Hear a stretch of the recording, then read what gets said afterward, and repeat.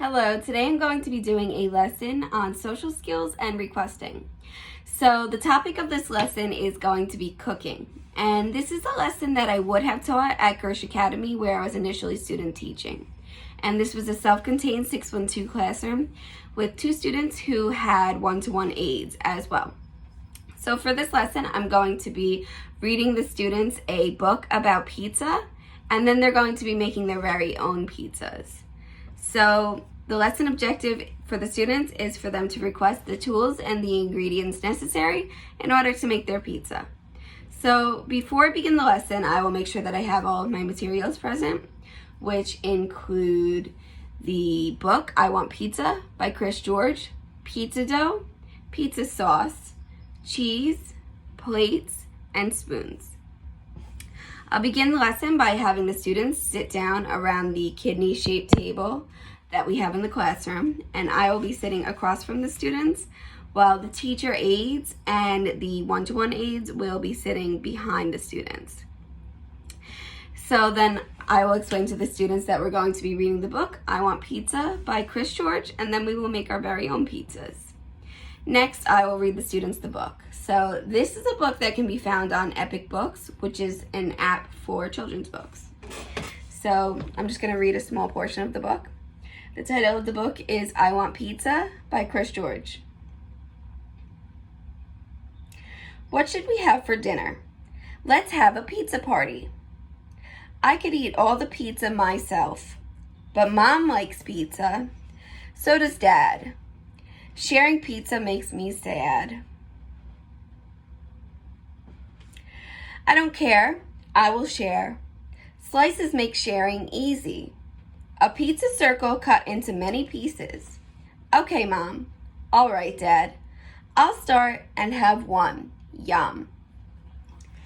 I will then continue reading the rest of the book to the students, and the book is basically about a boy who eats pizza with his family. So in the book, they talk about having a slice of pizza. So I will ask the students if they know what the word slice means. And then I will explain to them that the word slice could mean to cut. So for example, we could cut a slice of pizza, or slice could be one piece of pizza. So we could have a slice of pizza, which means one piece of pizza. After we read the story, I'll tell the students that we're now going to make our own pizza. And I will ask them to request the items that they need. So I'll first say to the students, who needs a plate? And I will, with a plate, I'll say, what do you need, to each student individually. So for example, one student will be able to say, I need a plate, in a complete sentence. And I would expect him to say it in a complete sentence since he's working on speaking in complete sentences right now. For another student who is just learning to speak and is somewhat verbal but struggles to speak in complete sentences, I will say, what do you need? And I would just expect him to say plate. I would be happy with the answer plate.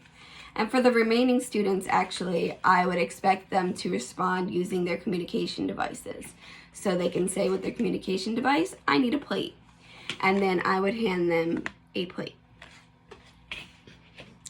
So next, I will hold up the pizza dough, and I will say, next we need the pizza dough. And I will go to each student and say, what do you need? Just like I did with the plate, and I would expect them to respond with the most developmentally appropriate response possible, as independently as possible. I will repeat the same requesting procedure with the pizza sauce. And after the student requests the pizza sauce, I'll say, what else do we need? We need a spoon.